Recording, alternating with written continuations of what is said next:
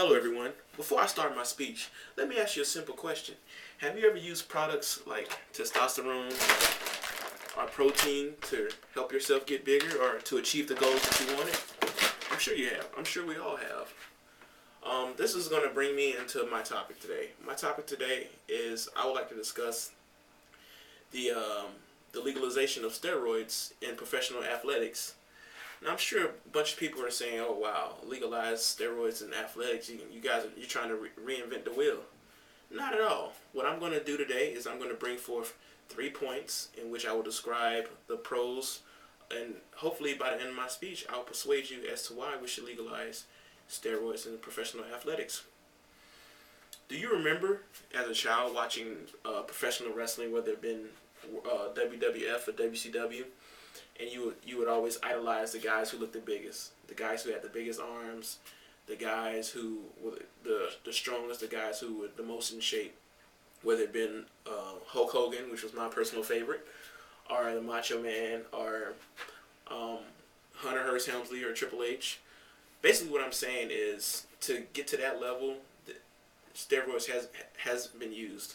Even asked by the owner Vince McMahon, who has agreed that steroids has been used by his guys, and now they test for it. But basically, the 3 points as to why steroids should be legalized is: number one, you're taking into consideration the player's rights. That's his right to want to be better, to strive. It's his body, it's his personal body. Number two would be the entertainment value, the value that we place on the people who are the biggest, the strongest, who just look abnormally huge. And lastly, the strive for excellence, which is something that we all have in common, whether we use steroids or not.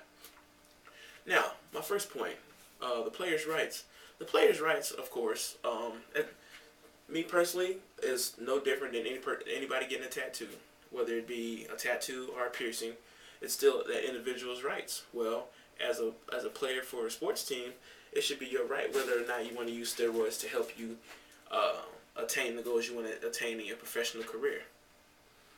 All right. With that being said, one thing we have to realize is that no matter what how much money the team invests in that player, at the end of the day, that player has to be held accountable for his actions and his performance. And the use of steroids, if it's going to help him perform, why not allow him to use them? The second point I would like to bring up is the entertainment value. Once again, going back to the example of professional wrestling, nobody cheered for the guy that was 185 pounds. The guy that was the average size, that was 5'8", 180 pounds. No, we wanted the guy that was 6'7", 320, 330, and that could pick up a 500-pound man over his head and slam him. That's what we wanted. That was the thrill of the sport. So the entertainment value plays a very key role in the use of steroids. Lastly, my last point is I would like to, in my persuasion speech, is the strive for excellence. Now, me personally, I'm only 5'10", 200 pounds. I'm not the biggest person, and I'm not the fastest person. So who is it? Whose right is it to say that I shouldn't use steroids for my strive for excellence if I want to be a professional player? Should it be up to Congress? Absolutely not. When's the last time you saw your favorite congressman on the 50-yard line catching a pass across the middle, or you saw him on the hardwood playing defense against somebody like Shaquille O'Neal? So the strive for excellence is a big detail in this, because as we know, every athlete is not built the same. You take somebody that's my height, my size, with my attributes, compared to the same person, my height, my size, in the NFL, and it's going to be night and day comparison. I'm not going to stand a chance. So the strive for excellence there would be for me to hopefully be an NFL player at my height and my weight.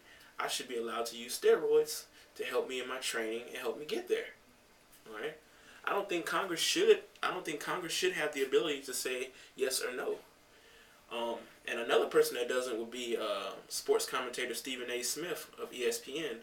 When asked about steroids in a column in 2006, Stephen A. Smith said that it should be a player's choice, and that the only difference between now and then is that the only thing between now and then is the fact that Congress has something else to ping on and to divert everyone's attention to.